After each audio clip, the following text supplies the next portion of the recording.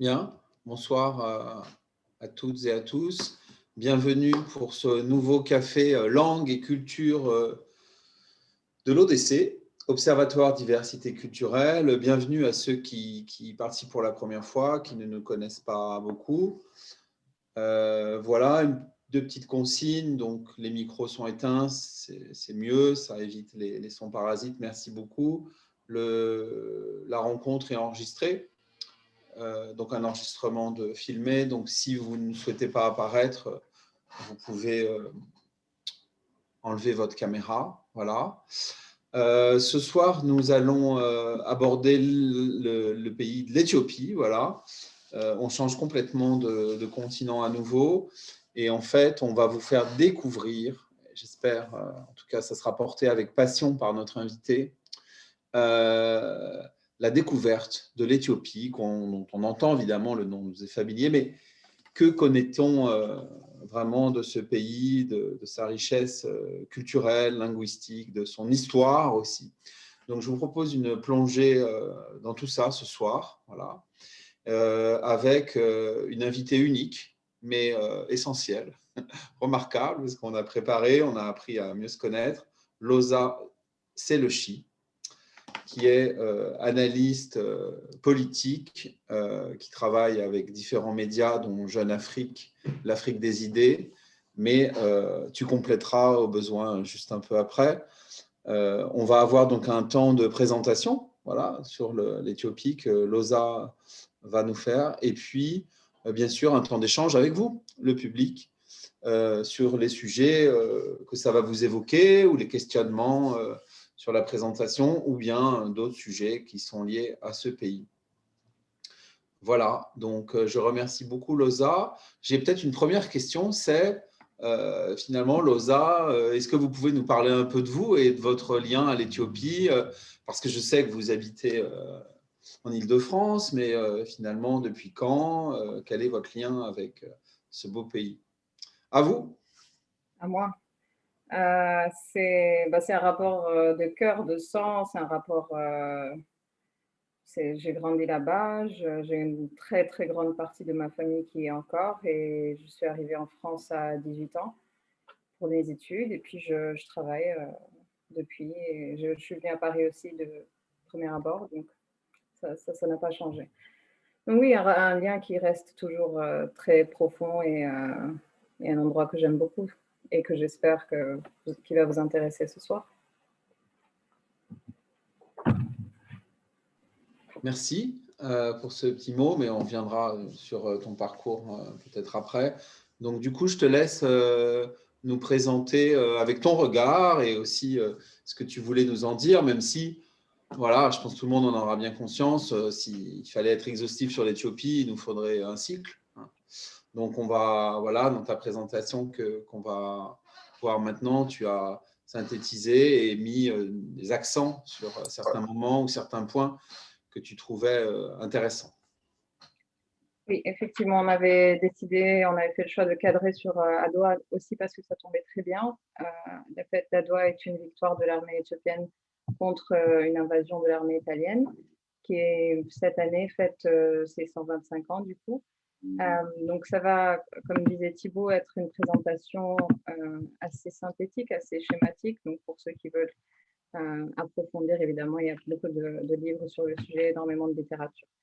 Ce que je propose de faire pour commencer, c'est de mettre une vidéo pour expliquer un peu ce que ça représente dans les imaginaires, pour représenter un peu les événements historiques, et puis de voir quel genre de lien il y a aujourd'hui, comment est-ce qu'on fait de ça, et de montrer un peu cette continuité de l'esprit d'Adoua.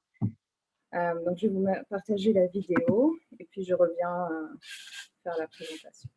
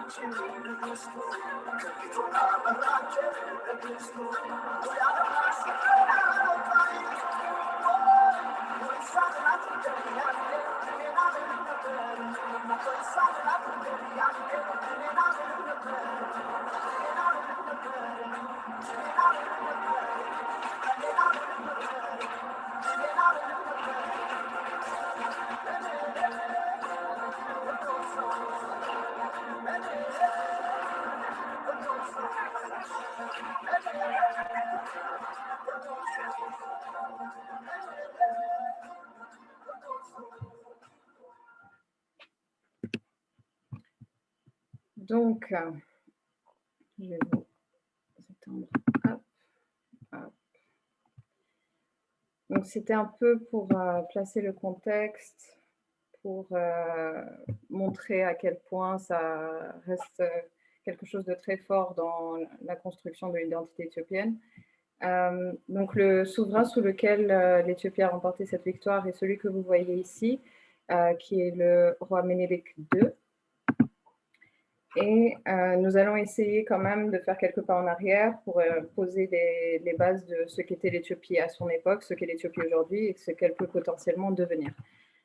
Pour donc donner une image assez générale de l'Éthiopie actuelle, je vais juste réduire un tout petit peu. Nous avons actuellement un pays qui est une république fédérale avec 11 régions que vous voyez là, délimitées. Il y a 6 pays voisins, donc la Somalie, le Kenya, les 2 Soudans, l'Érythrée et Djibouti. Au niveau de la superficie, nous sommes approximativement à 2 fois celle de la France, à 1 127 127 km². L'âge moyen en Éthiopie en 2010 était de 18 ans, mais il n'a pas vraiment changé depuis. À savoir qu'il y a une population d'à peu près 110, 108 millions selon les estimations.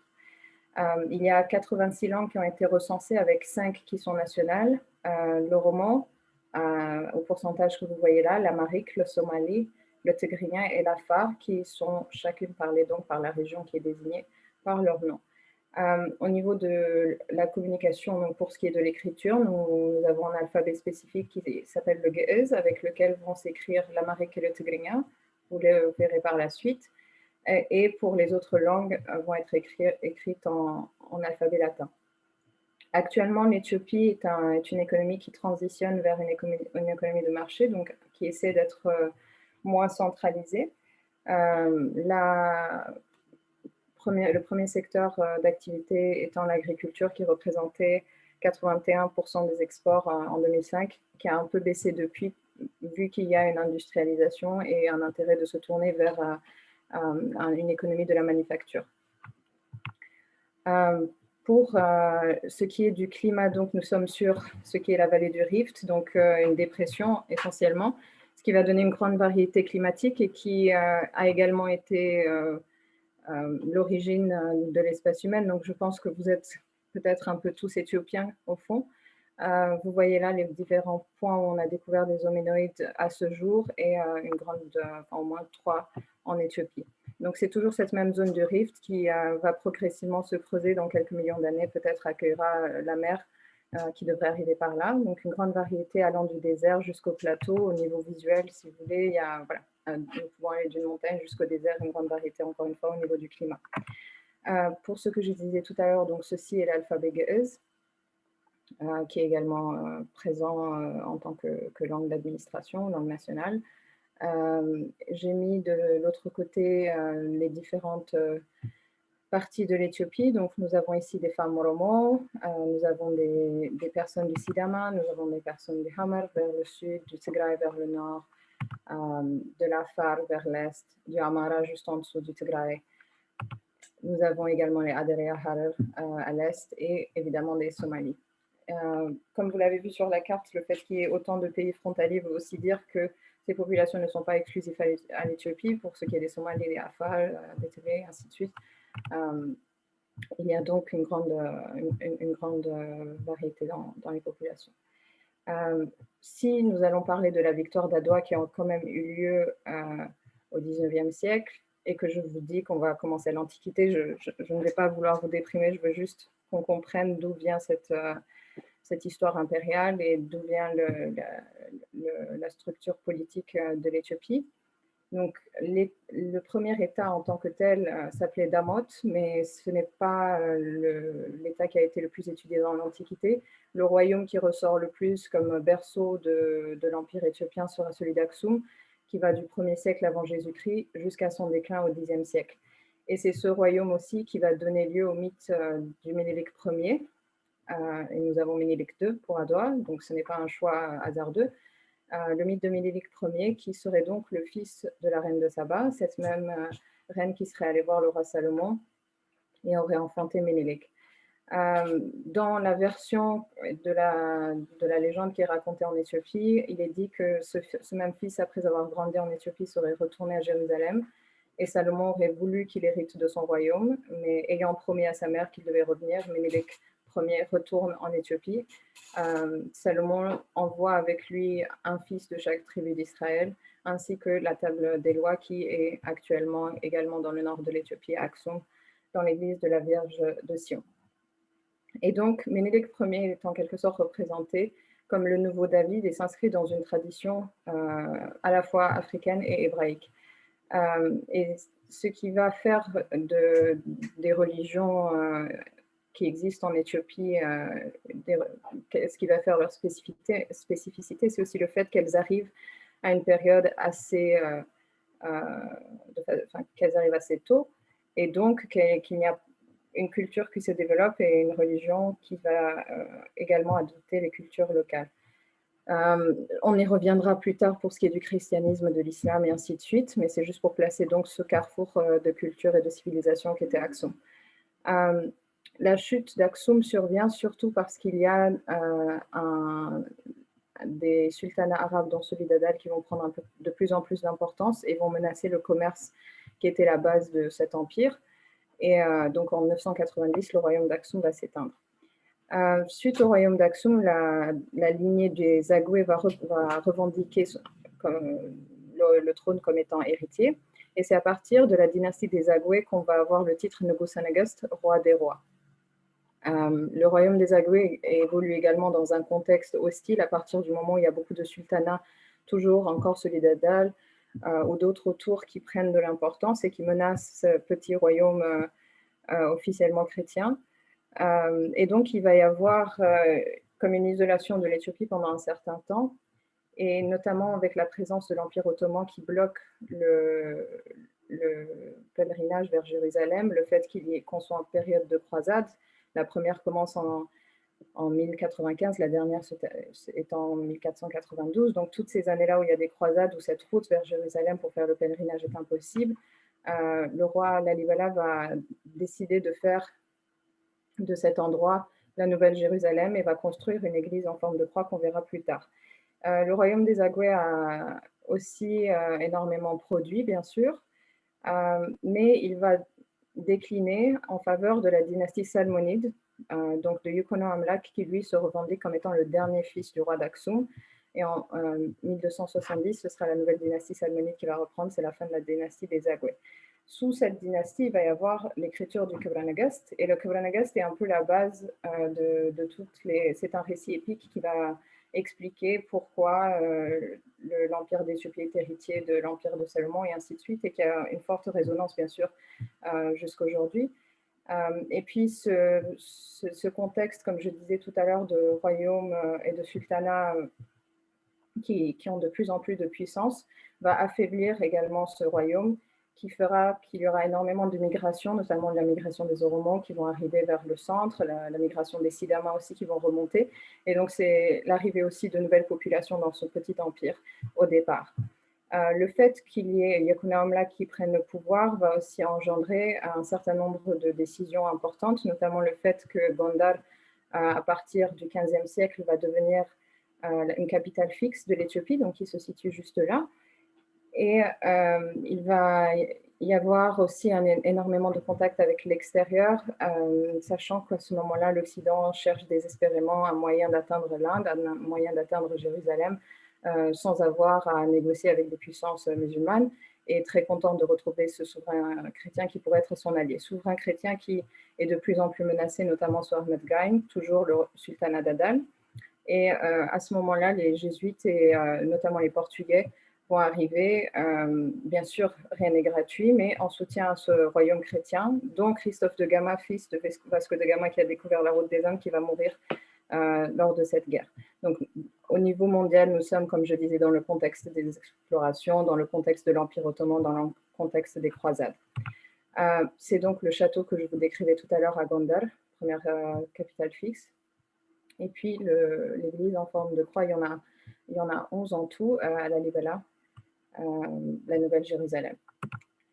Pour ce qui est des rites et de religion, comme je disais tout à l'heure, la plupart sont arrivés à une époque quasiment juste après la formulation des différentes prophéties. Donc là, pour l'islam, arrive avant même la constitution de cette religion, dans le sens où le prophète Mohammed, avant de quitter sa capitale pour l'Égir, va dire à un certain nombre de ses suiveurs qu'il y a un roi très pieux et un roi tolérant qui les accueillera à Aksum. Donc, c'est toujours sous Aksum que va arriver l'islam au 7e siècle. Et le christianisme va arriver un peu avant, évidemment, au 4e siècle, lors de la conversion d'un souverain de Aksum, toujours Ezana, alors au christianisme plus tard orthodoxe. Là, on ne peut pas vraiment parler d'orthodoxie, il n'y a pas de schisme encore. Mais donc, ça donnera une version très particulière de ces religions-là qui sont implantées depuis bien longtemps et qui ne sont pas nécessairement implantées sous la force ou sous la contrainte également. Et il y a, pour ce qui est des monothéismes, comme je disais, donc l'orthodoxie, il y a évidemment, comme dans d'autres pays d'Afrique, une vague protestante qui est importante depuis un certain nombre d'années. Il y a aussi une certaine population catholique, même si elle est minoritaire parmi les chrétiens. L'islam des Éthiopiens est principalement sunnite, et avec des confréries soufis, dont les Qadriya du Wallo. Et je n'ai pas oublié, pour ce qui est du judaïsme, qui eux aussi ont été surtout concentrés autour de Gondar et étaient dont on disait qu'ils étaient les descendants de ces fameux suiveurs de Ménélique Ier. Une grande partie d'entre eux sont aujourd'hui en Israël, on verra pourquoi par la suite. Et pour ce qui est des rites, j'ai mes rites dans le sens où, bien sûr, les pratiques cultuelles et rituelles de chaque population ne va pas disparaître à l'arrivée d'un monothéisme. Il va y avoir parfois des syncrétismes, que ce soit pour les rites à l'arrivée de la moisson, de la maladie, de la guerre, etc. Des rites de passage, des rites de confirmation d'appartenance pour les processions, les célébrations et ainsi de suite. Il y a également des rites qui sont restés tels quels, comme le rite Waka, qui est pratiqué par un certain nombre de Romans, qui ont une croyance qui déifie la nature, par exemple. Et il y a un festival que je vous montrerai plus tard. Donc voilà, nous sommes dans un pays où il y a vraiment plusieurs possibilités, plusieurs interprétations, que ce soit de la divinité ou du monde, et qui arrivent néanmoins à coexister, à subsister. Et là, c'est la fête de Recha dont je vous parlais tout à l'heure, fête qui accueille à la fin des moissons pour le peuple romain. Donc, pour aller vers l'évolution de ce royaume qu'on avait laissé à l'Antiquité, qu'on avait laissé au Moyen-Âge, nous allons avoir un moment, évidemment, que nous, on appelle l'ère des princes de Menamesafen, qui est une ère où le royaume est fortement instable du fait d'incursions de différents empires qui sont autour. Et puis, chacun constitue un petit royaume qu'il contrôle, et ainsi de suite, jusqu'à l'arrivée donc de Théodros II. Théodros II n'a pas pris ce nom par hasard, il y avait une prophétie, parce que l'Éthiopie reste un pays de légendes, de mythes et de prophéties. Il y avait une prophétie comme quoi il y aurait un roi qui porterait ce nom, qui viendrait unifier le pays. Et évidemment, il prend ce nom au moment où il est couronné. Lui va déplacer la capitale qu'on avait dit était à Gondar tout à l'heure vers Magdala. Et même s'il a la volonté d'unifier le pays, il n'a pas essentiellement plus de force que les autres. Il n'a pas vraiment de levier moral au-dessus des autres. Donc ça va être problématique pour lui de mettre en place des réformes. Il va bousculer le clergé. Voilà. Et pour ce qui est du contexte mondial, on va dire, nous sommes au moment où la reine Victoria et l'Empire anglais sont à leur apogée. C'est le début évidemment de l'industrialisation. Et Théodros entretient un certain nombre de rapports avec l'Empire britannique auquel il demande une aide militaire. Il demande à avoir des canons qui lui sont refusés. Alors il va prendre en otage tous les Européens qu'il y a dans son royaume et les obliger à fabriquer un canon qui se trouve toujours à Magdala, qui s'appelle le Sébastopol. Et l'Empire anglais va principalement conduire une expédition punitive pour libérer les otages avec général Napier. Et Théodros, ne voulant pas se rendre, parce que cela voudrait aussi dire la perte de liberté de son pays, va se suicider. C'est pour ça que vous avez cette image. Il y en a d'autres de lui qui sont plus joyeuses, mais c'est la plus représentative. Et les Anglais vont piller essentiellement Magdala. Une grande partie de ses biens se trouve aujourd'hui au British Museum. Et on essaie de les retourner, bien entendu. Le fils de Théodros, le prince qui aurait dû être héritier, va être emmené à la cour de la reine Victoria où il sera élevé. Il mourra très jeune, à l'âge de 18 ans. On demande également aussi à rapatrier son corps. Pour la suite, donc, il y a Théodros qui avait constitué autour de lui un certain nombre de rois, et lui était roi des rois, dont Johannes IV, qui va prendre le dessus sur les autres et va régner juste après. Il a conduit énormément de débats, de réformes religieuses, mais je vais passer à celui qui nous intéresse aujourd'hui, qui est donc Ménélique II. Ménélique II est le fils du roi du Shoa. Il a été kidnappé par Théodros, ou si vous préférez, il a été élevé à la cour de Théodros au moment où Théodros unifie le pays et devient le Nugusagest. Il va s'enfuir au moment où le pouvoir de Théodros est en train de décliner, voulant évidemment prendre le pouvoir aussi, ce qui ne va pas être possible. Alors il va agrandir son royaume personnel en attendant de pouvoir régner après Johannes IV. Et donc, quand je parle de son royaume personnel, l'Éthiopie qu'on avait vu tout à l'heure, c'était Gondar, et puis ça se limitait à une certaine zone. Et puis, au fur et à mesure des années, il va y avoir une expansion du pays jusqu'à comprendre une grande partie de l'Éthiopie actuelle. Donc, la forme est relativement récente.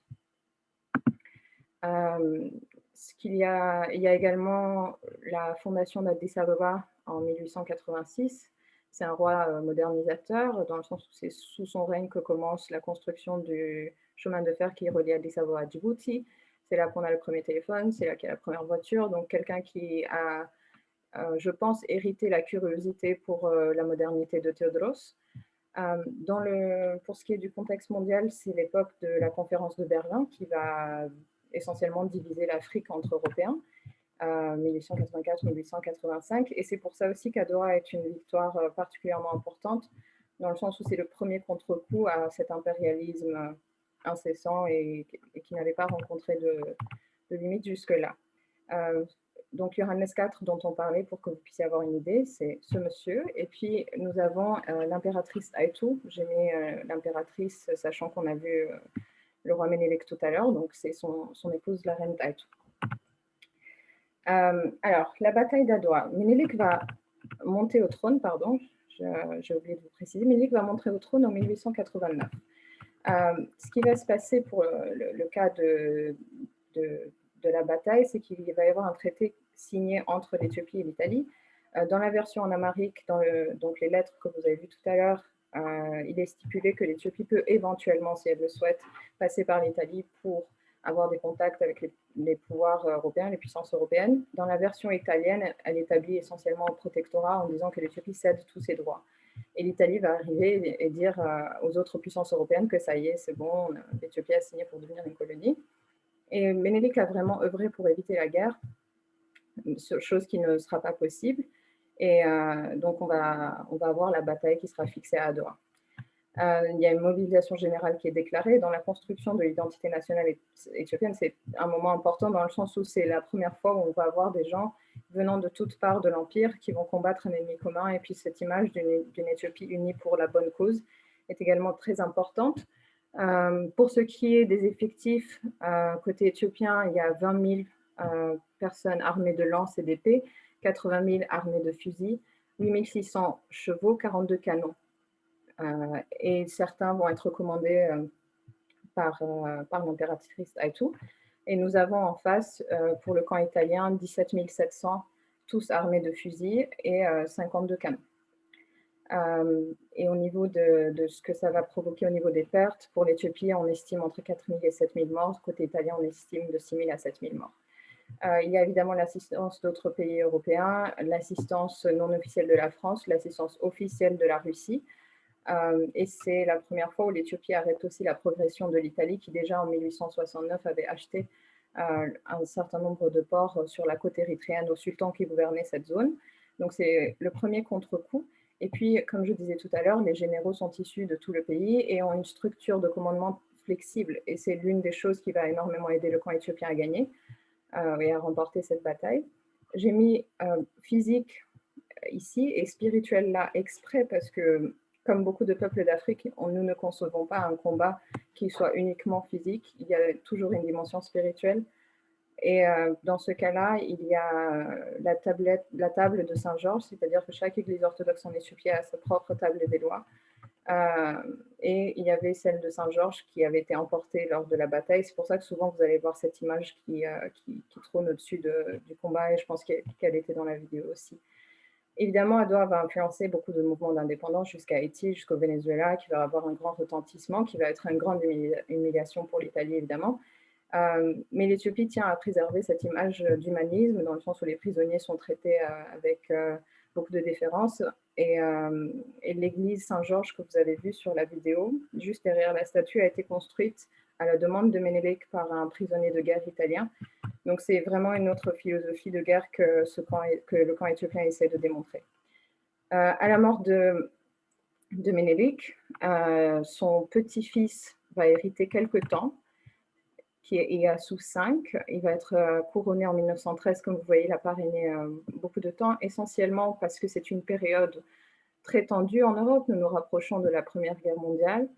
Nous y sommes même. Et Ieyasu est très proche des Ottomans. Ieyasu a un certain nombre de comportements qui fâchent beaucoup cette noblesse très pieuse et très chrétienne. Donc, il sera écarté du pouvoir très, très rapidement en faveur de Zauditu, qui, elle, est la fille de Ménélique. Et elle sera couronnée en 1916 et aura pour régent le fameux Haile Selassie Ier. Haile Selassie Ier, donc couronné en 1930, toujours Nugu-Senegest. Le titre de Nugu-Senegest avait une importance sous Ménélique au sens où il y avait vraiment des rois qui gouvernaient des régions et il y avait une certaine indépendance. Et sous Haile Selassie, il n'y aura pas vraiment de nouveaux négos, il n'y aura pas vraiment de nouveaux titres qui vont être décernés, il restera roi des rois, il y aura un pouvoir très centralisateur.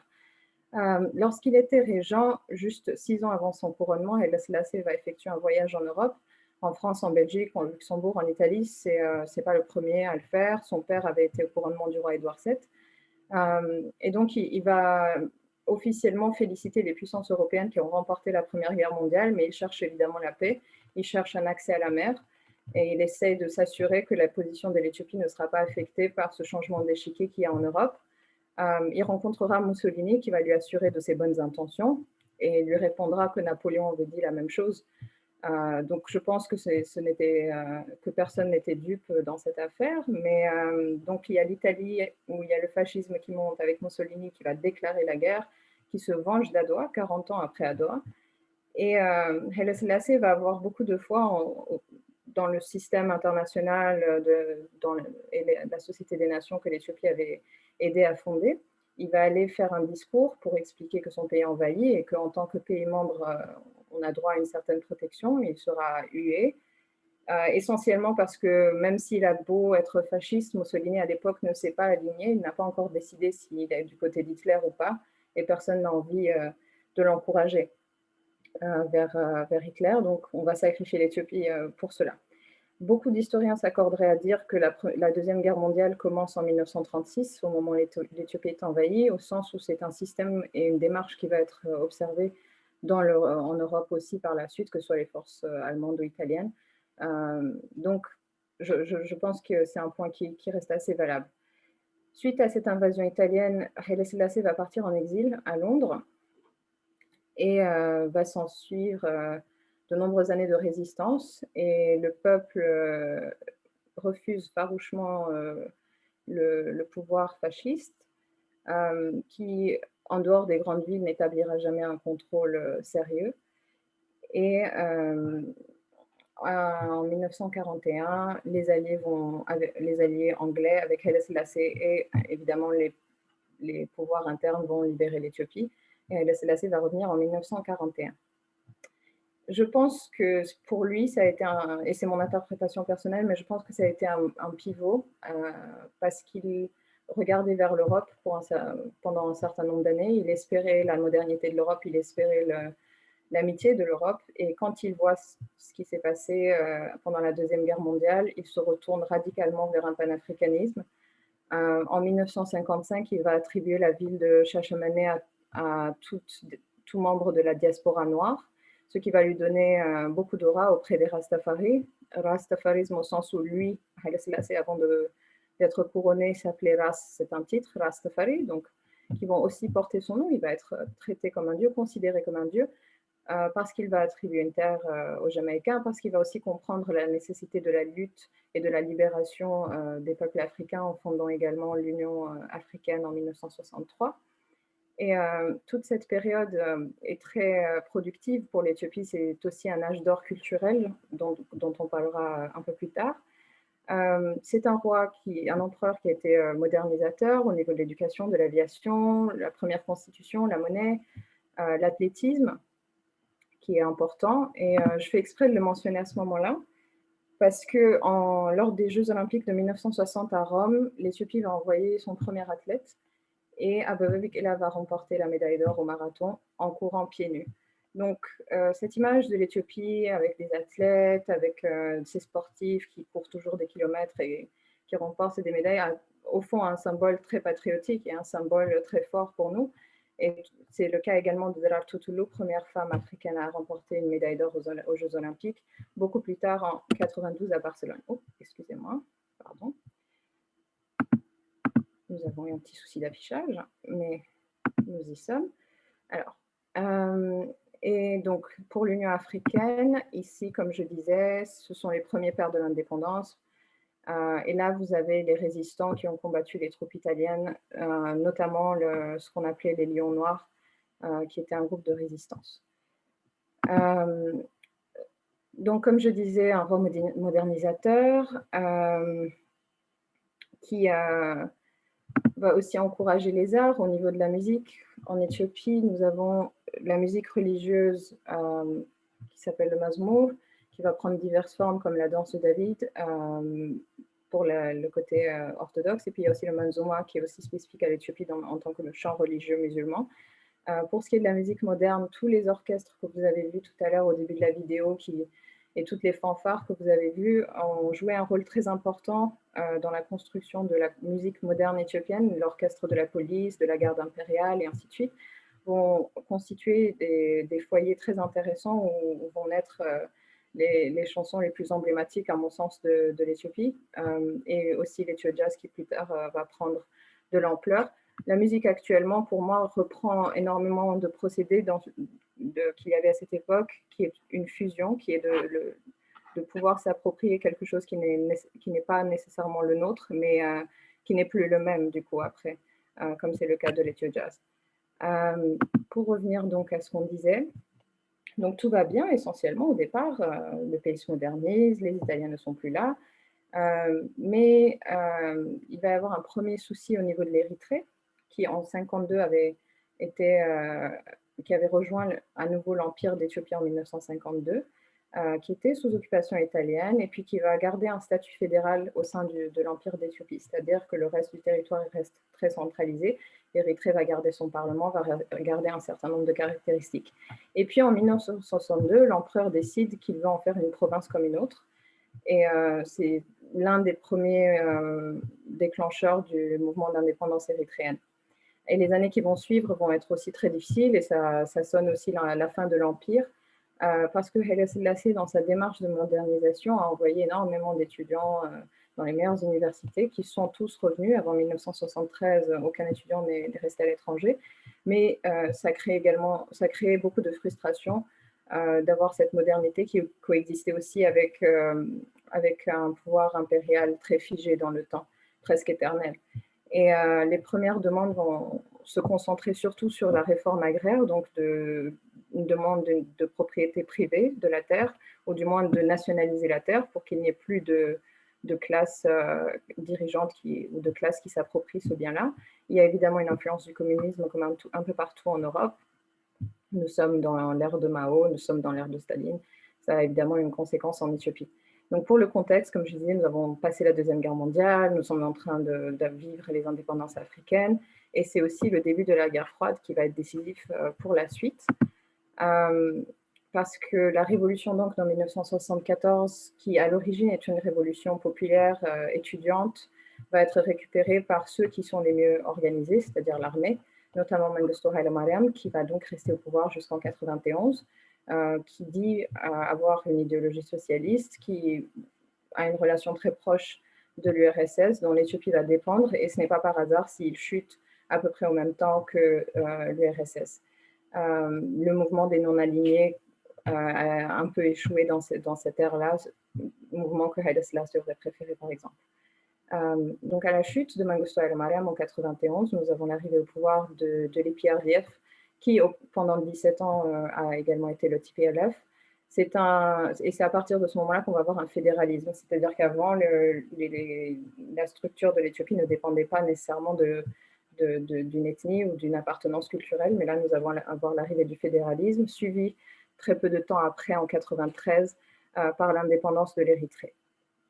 À mon sens, le moment marquant pour ce qui est de l'époque où le TPLF ou l'EPRDF a gouverné, ce sont les élections de 2007 qui vont correspondre à un moment où la Chine s'intéresse de plus en plus à l'Afrique, où la Chine a envie de plus en plus d'investir en Afrique et où l'Éthiopie, où le gouvernement éthiopien de l'époque va trouver un allié de choix. Et c'est là qu'on va avoir des chantiers très importants, dont le barrage qui vont être commencés.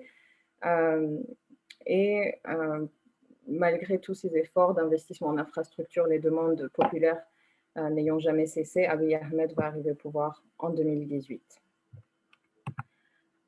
Pour ce qui est de l'Éthiopie dans le monde et le monde en Éthiopie, la plus grande diaspora éthiopienne se trouve aujourd'hui aux États-Unis, notamment à cause de la grande période de migration qui a suivi l'arrivée du communisme.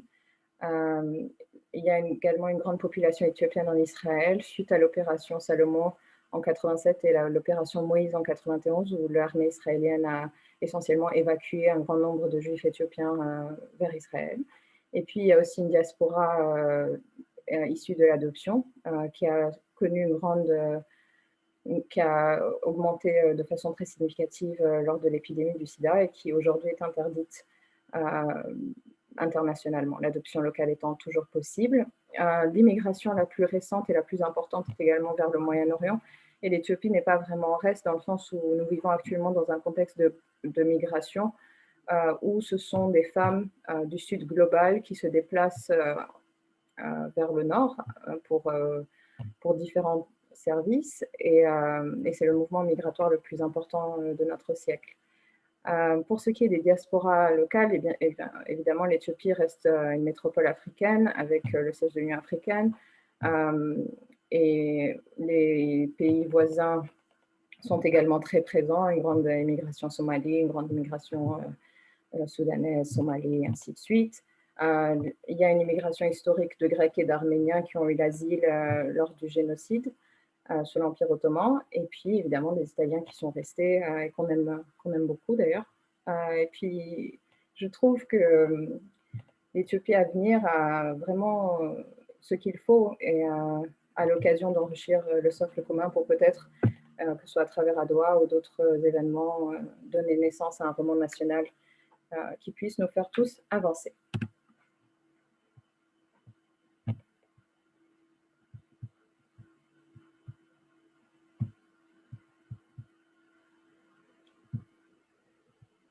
Je crois qu'on peut... Je ne sais pas si tu as des questions, Thibaut, mais sinon on peut prendre les questions.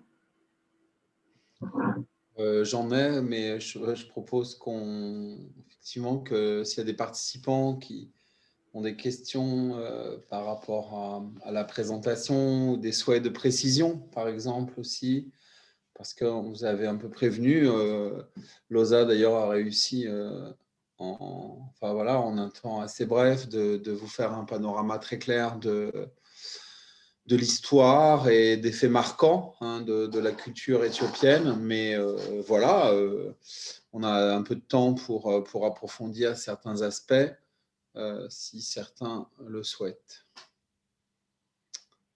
Voilà, je ne sais pas qui souhaite s'exprimer. Pour l'instant, on ne se voit pas, mais on peut vous entendre.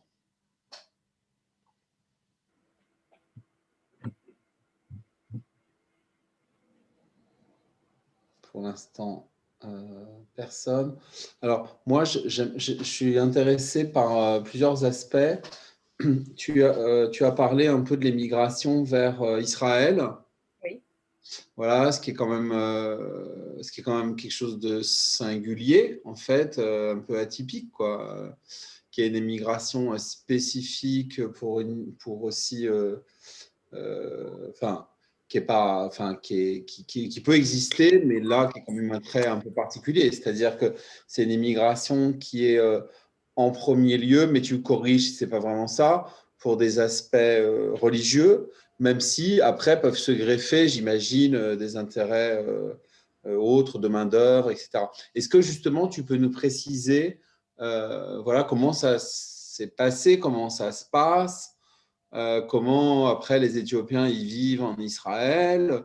Est-ce que c'est facile? Est-ce que voilà, il y a des complexités culturelles ou d'admission ou discrimination? Est-ce que tu peux nous en dire un petit peu plus?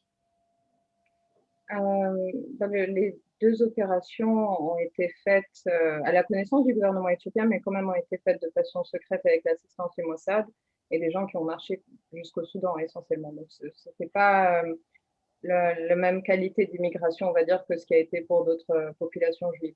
Ceci dit, ce n'est pas la première fois que ça arrive. C'est arrivé pour les juifs séparats, c'est arrivé pour les juifs du Yémen, les juifs d'Iran, les juifs d'Irak. Il y a toujours un moment où on les rapatrie comme ça en masse. Dans le cas de l'Éthiopie, moi, je dis cela après avoir constaté le traitement sur place et ainsi de suite, que pour moi, c'est une démarche qui a été essentiellement motivée par des raisons économiques. On a besoin de main-d'œuvre pas chère, et puis voilà. Mais il y a aussi un problème au niveau du racisme, puisque tu poses la question, parce qu'il y avait aussi des manifestations Black Lives Matter à Tel Aviv et à Jérusalem suite au meurtre de George Floyd parce qu'il y a un racisme en Israël, en grande partie parce que le rite que pratiquaient les Éthiopiens, surtout ceux qui sont arrivés en premier, est un rite tellement ancien qu'il est avant la réforme du deuxième temple de Jérusalem. Donc il y a aussi une incompréhension au niveau de la religion elle-même. Mais je comprends aussi que ça peut être un choix de vouloir émigrer en Israël. Loza, peut-être, tu es encore en train de nous partager l'écran. Oui, est-ce que tu peux l'arrêter, comme ça on se reverra tous. Merci. En fait, tu veux dire que… Non, c'est bon. Tu veux dire que le rite éthiopien est un rite… parce que je ne suis pas un spécialiste, en tout cas, du judaïsme, donc est un rite beaucoup plus ancien oui. que ce qui est pratiqué en Israël. C'est ça? Oui. Et du coup ça… en même temps, on pourrait le voir en atout, quoi, non? Enfin, ça peut être pris comme quelque chose d'intéressant, mais tu as l'air de dire que finalement, ça crée une difficulté. Mais laquelle? Qu'on comprenne bien. Je pense que c'était fortement problématique de voir des gens en Afrique qui essentiellement pratiquaient une religion qui a été réformée par la suite, qui a quand même une certaine notion de la pureté de la transmission de cette religion. Et quand tu retrouves des gens qui font encore des sacrifices et qui ont encore vraiment des rites très orthodoxes, je pense qu'il y a eu une incompréhension. D'accord. Ah oui. Oui, d'accord. Je n'avais pas compris. D'accord. Oui, il y a des aspects qui forcément peuvent choquer, quoi, ou en tout cas… Non, je ne pense pas qu'il soit choquant, au sens où s'il y a eu la deuxième réforme du Temple de Jérusalem, c'est parce qu'il y a eu décision de ne plus avoir ces pratiques. Ce n'est pas que ces pratiques étaient inconnues du judaïsme, c'est qu'on a décidé de ne plus le faire. Sauf qu'à ce moment-là, ils n'étaient pas au courant, ceux qui étaient à Gondar. Donc… Oui, bien sûr. Bah, oui. Après, tu portes les traditions dans les pays dans lesquels tu vis aussi. D'accord. Enfin, voilà, ça, c'était ma première question. Est-ce qu'il y a quelqu'un d'autre? Sinon, j'en ai d'autres. Hein, je peux continuer. J'ai beaucoup de Moi, questions. j'ai une question. Ah, voilà. Merci Loza pour ce super exposé qui met en avant ton pays. Je me permets de te tutoyer parce qu'on se connaît déjà. J'ai une question par rapport tout simplement à la coexistence des différents peuples ou régions. Comment ça se passe, ce mélange je ne peux pas dire culture, mais on va dire voilà, il y a des alphabets différents, il y a des peuples différents. Comment se passe cette coexistence au sein même de l'Éthiopie? Voilà. Mon analyse personnelle est la suivante, c'est que pour moi, avant le fédéralisme, le concept d'ethnie n'était pas vraiment ancré en Éthiopie. C'est-à-dire que tu vas avoir la notion de culture, tu peux dire je suis de culture oromo, mais de là à dire je suis oromo 100%, il n'y a pas de doute, ce n'était pas vraiment le cas avant. Et essentiellement parce que, comme on l'a vu, les capitales de l'Éthiopie n'étaient pas fixes, donc les gens bougeaient beaucoup, il y avait beaucoup de mouvements même à l'intérieur du pays, ce qui faisait que les gens se mariaient avec tout le monde, et puis il y a aussi l'idée que les Oromos du Balé ne sont pas les Oromos du Arsi, les Amara du Gondar ne sont pas les Amara du Wallo. Donc, il y avait plus des entités et des royaumes, par exemple le Shoah, qui a des Oromos, qui a des Amara, qui a d'autres entités, mais c'est ce royaume-là, et ainsi de suite. Quand on a eu le fédéralisme qui est arrivé, on a décidé essentiellement enclaver les ethnies en disant, bon, eux ils sont jusque-là, eux ils sont jusque-là, eux ils sont jusque-là. Et ça, forcément, ça va créer des identités qui sont beaucoup plus cristallisées. Moi, personnellement, je ne me revendique d'aucune ethnie au sens où, et c'est ce qu'on se disait pendant les réunions de cadrage, si tu demandes à un Éthiopien de réciter son arbre généalogique, c'est impossible d'avoir une succession de noms qui soient tous issus de la même ethnie. Donc, à mon avis, c'est quand les gens se sont sédentarisés, c'est quand les gens ont commencé à moins bouger, qu'ils ont commencé à avoir des identités vraiment, vraiment très rigides, alors que la réalité est loin de là pour moi. Merci beaucoup.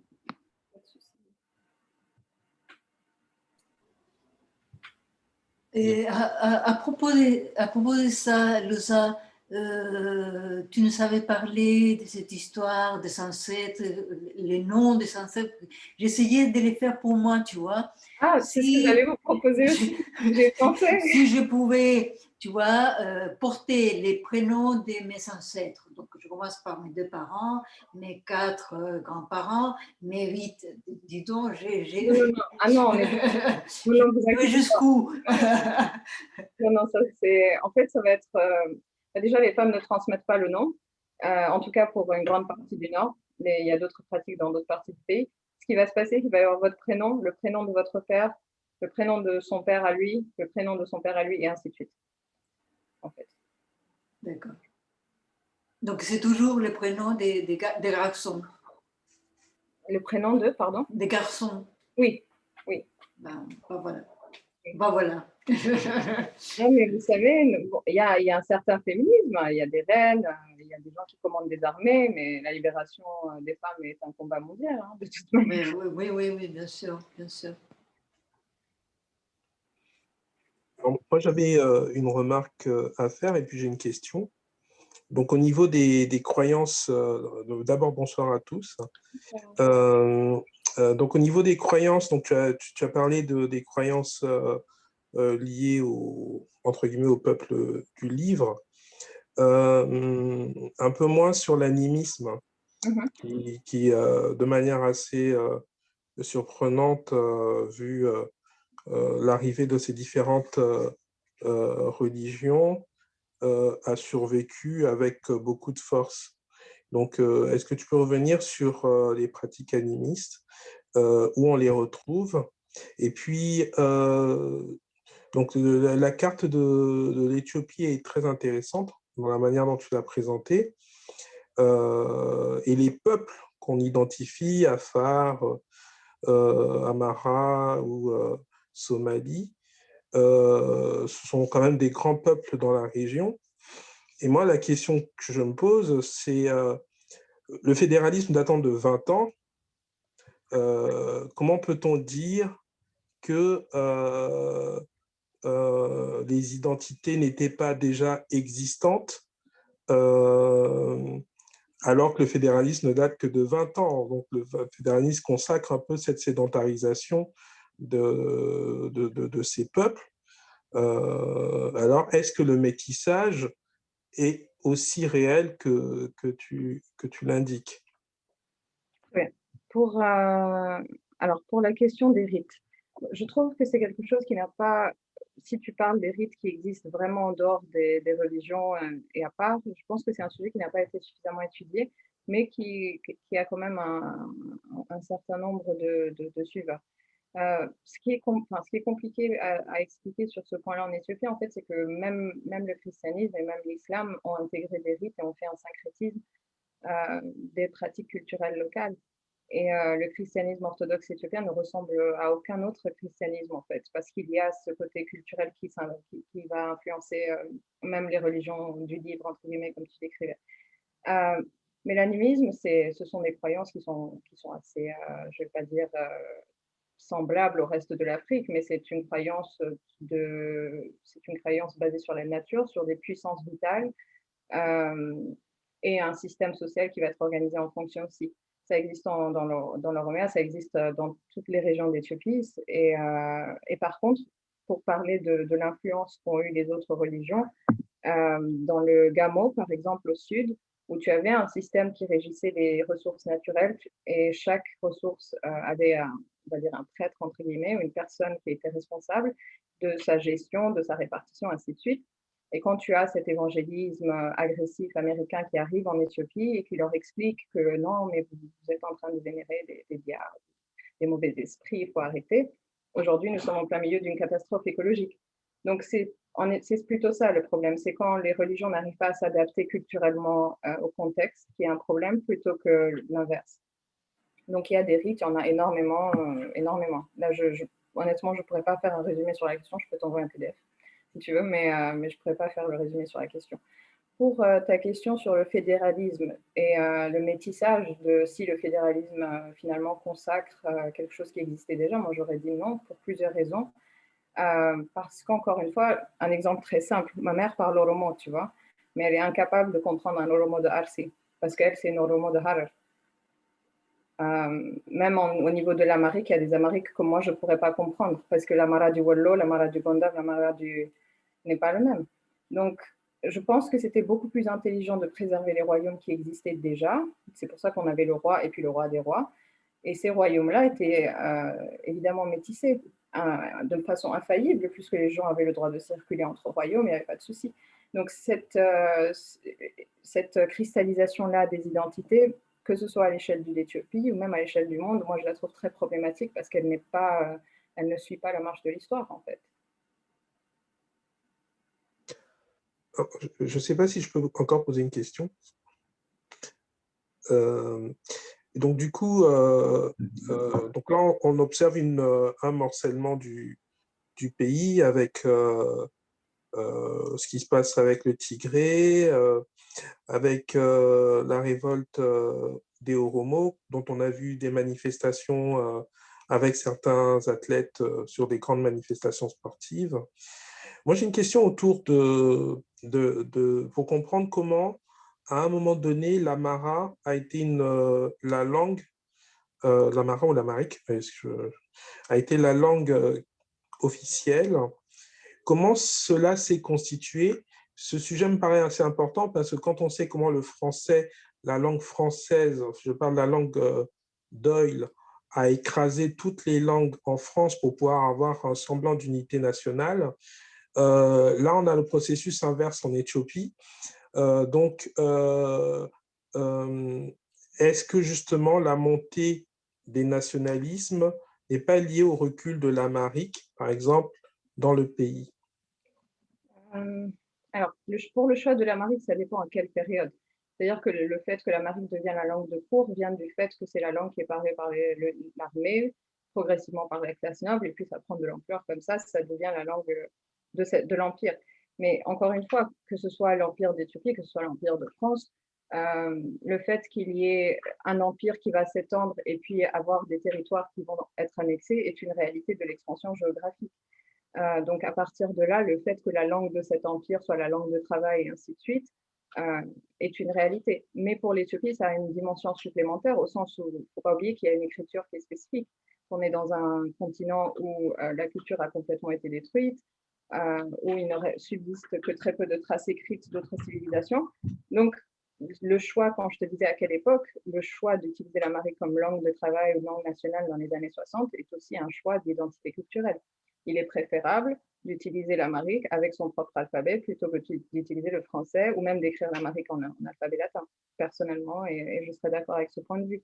Après, tu avais une deuxième question sur la langue, mais que j'ai mal noté. Tu pourrais peut-être répéter?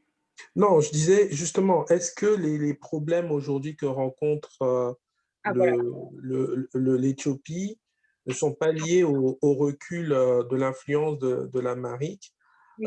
et à sa contestation, un peu comme les Flamands, à une échelle beaucoup plus réduite, ont contesté le français, la langue française, et consacré aussi quelque part à la division du pays. Personnellement, et en tant que panafricaine, je ne crois pas vraiment à cette idée de nationalité où, à partir du moment où tu es sur un continent où les frontières n'ont pas été dessinées par les personnes qui habitent dessus, à partir du moment où les gens ne sont pas constitués partout en Afrique pour dire voici notre nation, on ne peut pas vraiment parler de nationalisme, Amara, Oromo, Tigré, ce que tu veux. Et je trouve cela même contre-productif. Si on est dans une démarche où on veut une unité africaine, on est dans une démarche où on veut qu'il y ait un consensus sur ce continent et qu'on commence à le remorceler en arrière, ça devient problématique. Je ne suis pas en train de nier l'existence de ces identités-là, c'est ce que je disais au départ. L'appartenance culturelle n'est pas un problème. C'est quand ça devient une revendication politique que ça devient problématique. Parce que tout le peuple éthiopien a souffert sous toutes les dictatures. Donc, à partir de là, de dire spécifiquement, moi j'ai souffert, c'est juste que tu as décidé que telle date était importante pour toi. Mais il y en a un autre qui peut trouver une autre date et dire, mais moi j'ai souffert à partir de là. Tu vois, ça devient un combat de... Enfin voilà, moi c'est mon point de vue.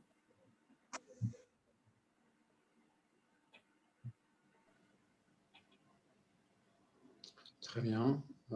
Du coup, j'enchaîne. J'ai une petite question de côté.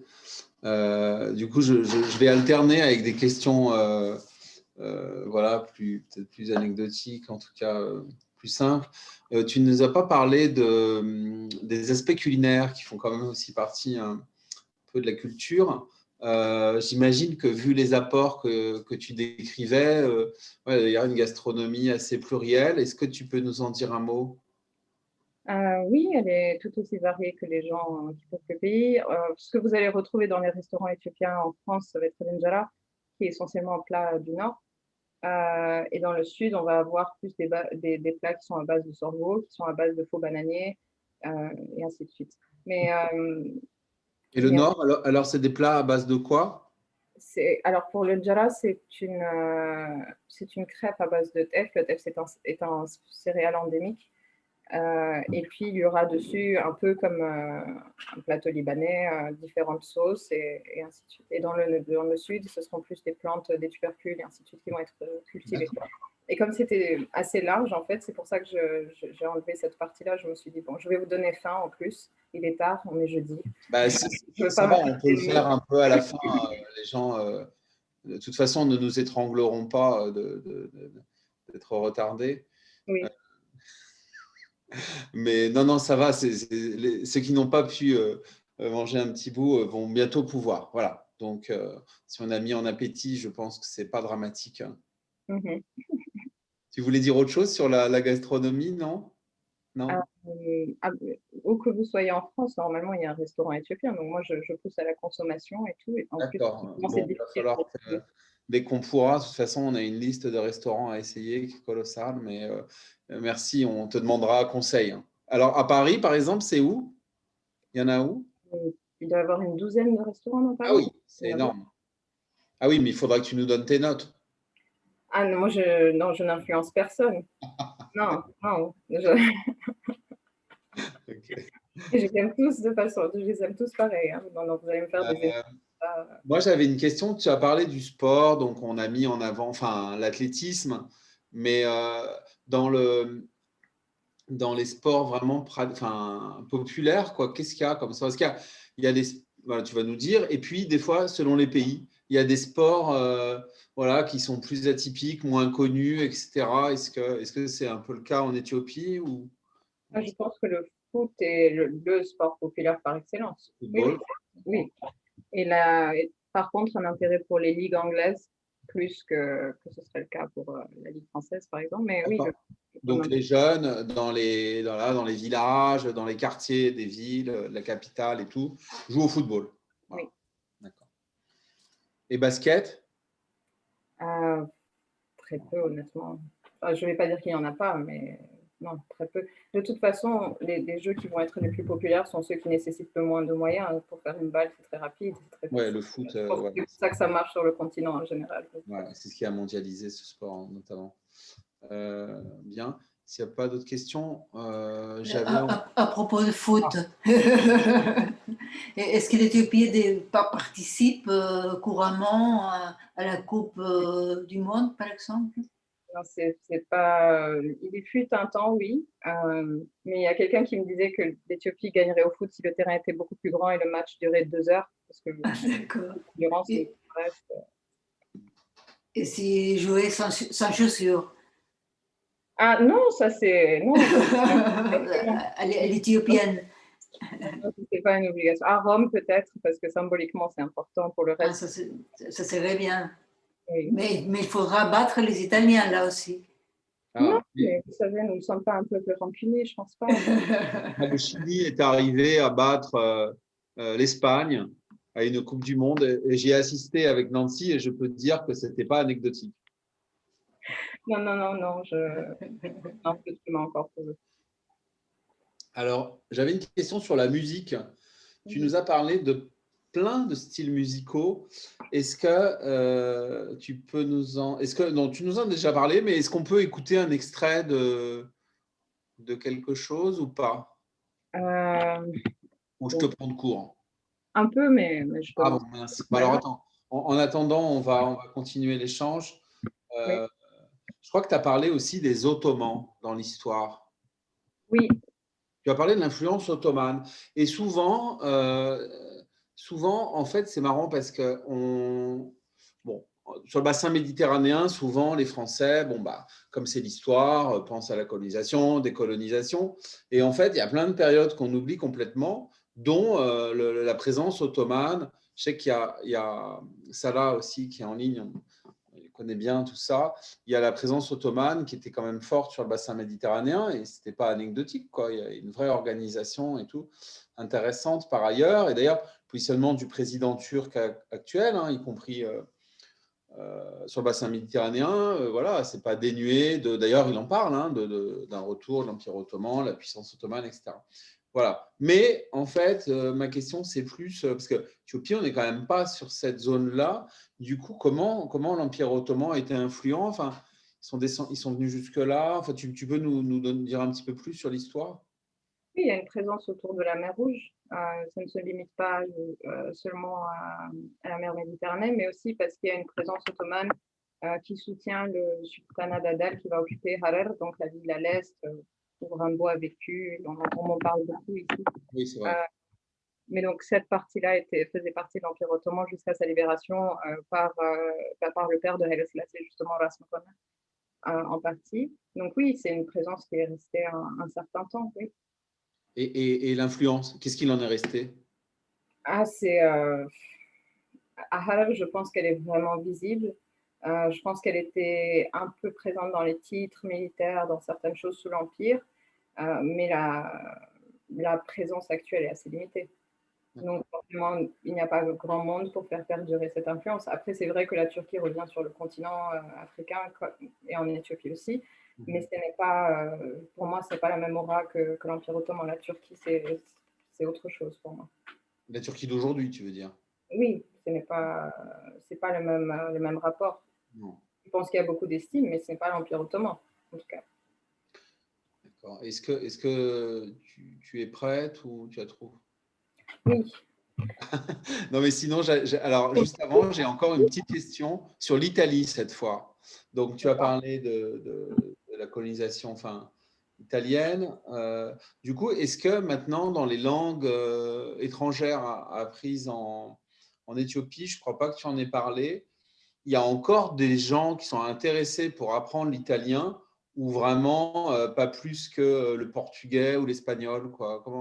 Est-ce qu'il y a encore quelque chose qui est resté ou vraiment rien, niente, quoi, niente, rien. Non, non, si, je pense que de toute façon, les Éthiopiens assimilent toujours ceux qui veulent les assimiler, donc il y a toujours une trace de tout le monde qui est passé, mais à Addis en particulier, il y a une présence, il y a une école italienne, comme il y a une école indienne, comme il y a une école grecque, comme il y a une école arménienne, comme il y a, voilà. Au niveau de l'infrastructure des villes, par exemple, ça a un peu influencé. La majeure partie des villes qui existaient, en tout cas sous cette époque, ont une piazza. Dans le vocabulaire, il y a certaines choses qui sont rentrées, comme Makina, comme Coranti, des choses technologiques, quoi. Mais en réalité, c'est juste que la présence de l'Italie va juste se rajouter au reste qui existe déjà en Éthiopie. En fait, il n'y a pas vraiment une prédominance. En tout cas, quand on parle de diversité culturelle, franchement, pour l'Éthiopie, tu nous as bien servi la présentation et on voit bien que c'est vraiment hyper présent. D'ailleurs, si tu veux nous aider à ouvrir une antenne de l'ODC en Éthiopie, Avec plaisir. on est partant. Voilà, alors on va passer un peu de musique. Oui, mais je crois qu'il y avait une question, peut-être. Ah, oui. Oui, moi j'avais une petite question, je ne sais pas si vous m'entendez bien. Avec plaisir, allez-y. Ok, du coup, merci beaucoup pour l'exposé, c'était très, très, très instructif. En fait, moi j'étais dans la lecture de ce livre, je ne sais pas si vous voyez bien, c'est pour mes cours à l'université, bien sûr. Donc, c'est Éduquer la nation en Éthiopie. Et en fait, moi j'étais assez surpris parce que l'Éthiopie elle a quand même son propre système d'écriture, donc comme on l'a dit tout à l'heure, l'écriture, le syllabaire amharique. Et du coup, je me demandais pourquoi, en fait, par exemple, les Oromos, depuis les années 70, ou les Somalis, ou les Wolaïta, enfin, tous les peuples d'Éthiopie, pourquoi ils n'ont pas décidé d'unanimement adopter l'écriture amharique, qui est du coup africaine, etc., plutôt que de prendre l'écriture latine, du coup. C'est une question que je me posais, du coup. Je pense que ça a été fait au départ, mais effectivement que ça a été décidé par la suite d'adopter l'alphabet latin. Je pense pour plusieurs raisons, c'est un peu ce que Réassi demandait tout à l'heure, c'est-à-dire que ça peut être perçu comme une forme de domination, je le comprendrais. Et je crois que c'est un choix aussi parce que quand vous arrivez à l'université en Éthiopie, l'enseignement ne se fait pas en amharique. Vous avez beaucoup d'anglais, beaucoup de choses comme ça. Donc, c'est peut-être perçu aussi comme un avantage d'instaurer cet alphabet très tôt, sachant que par la suite, dans le système éducatif, c'est celui-là qui sera privilégié. D'accord, c'est noté. Après, j'avais une petite deuxième question, si c'est possible. Du coup, comme dans l'exposé, on a beaucoup parlé de l'Éthiopie chrétienne, l'Éthiopie des Terres. Et du coup, je voulais savoir si on pouvait parler un peu aussi du coup de la région un peu plus musulmane, Ader, Ari, aussi qui font partie aussi de l'Éthiopie depuis longtemps. Donc, si tu pouvais ajouter quelque chose là-dessus. Parce enfin, je sais qu'il y a, par exemple, Bertrand Hirsch ou des gens en Éthiopie qui travaillent sur l'Éthiopie musulmane, notamment médiévale. Mais du coup, quand on raconte l'histoire de l'Éthiopie, on n'en parle pas beaucoup, je trouve. Moi. Je trouve en partie que c'est parce que l'Empire lui-même était un empire officiellement chrétien. C'est-à-dire quand la France est un royaume catholique, quand c'est la fille aînée de l'Église, par exemple, bien sûr qu'il y a des juifs, bien sûr qu'il y a des protestants, mais le pouvoir politique s'identifie à un certain pouvoir temporel. Donc, à partir de là, effectivement, la chrétienté est très associée à l'empire, ou au moins à l'empereur, j'ai envie de dire. Ça ne veut pas dire qu'il n'y avait pas de musulmans au gouvernement, bien au contraire. Ça ne veut pas dire non plus qu'il n'y avait pas de cohabitation, de tout ce que vous voulez. Après, moi, je trouve que ce qui est très intéressant sur la présence de l'islam en Éthiopie, c'est notamment le côté confrérie soufie que vous allez retrouver à Harare, qui est encore une tradition ésotérique très présente, alors qu'elle ne l'est plus nécessairement dans d'autres régions musulmanes du monde. Elle existe encore un peu au Sénégal, elle existe encore un peu au Soudan, un peu en Algérie aussi, mais cette branche-là de l'islam, je pense, est particulièrement prédominante en Est. Je pense que ce serait la particularité à relever aujourd'hui.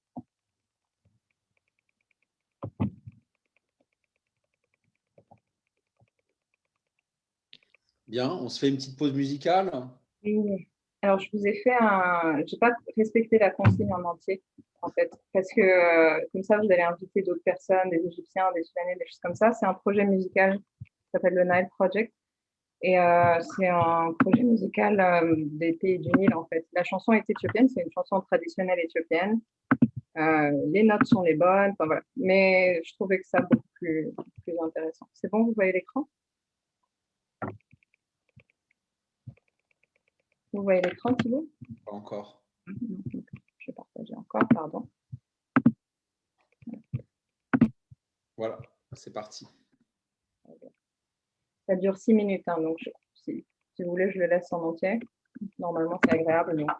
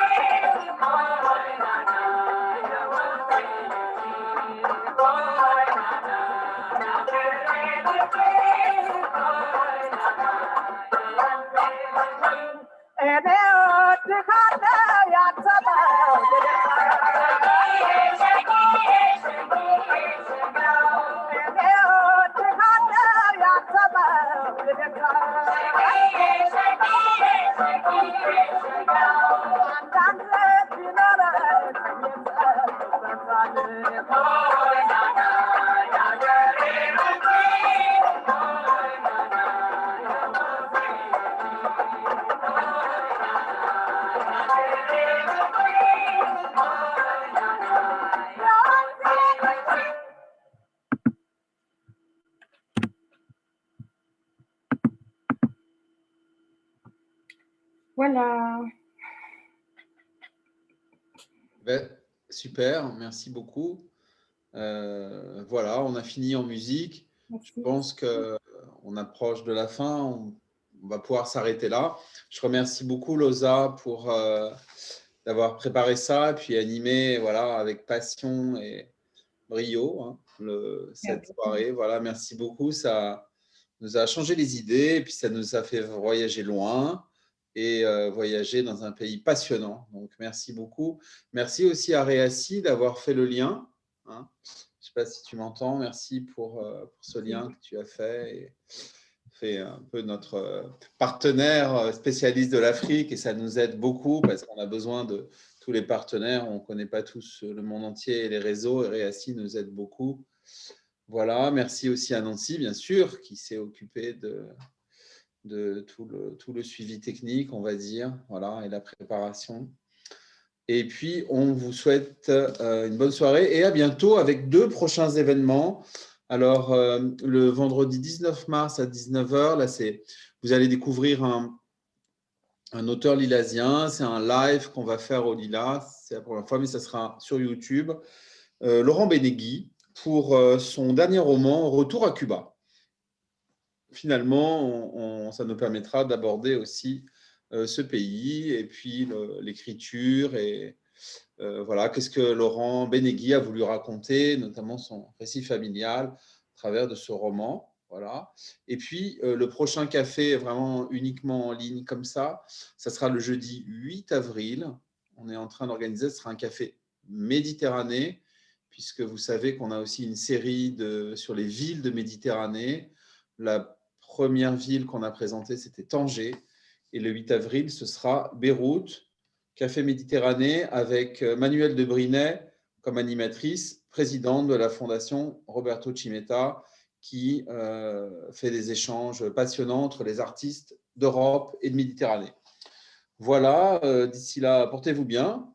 Merci d'avoir vu tous vos visages sans masque et vos sourires. Voilà, et puis bonne fin de soirée à tout le monde. Au revoir. Au revoir.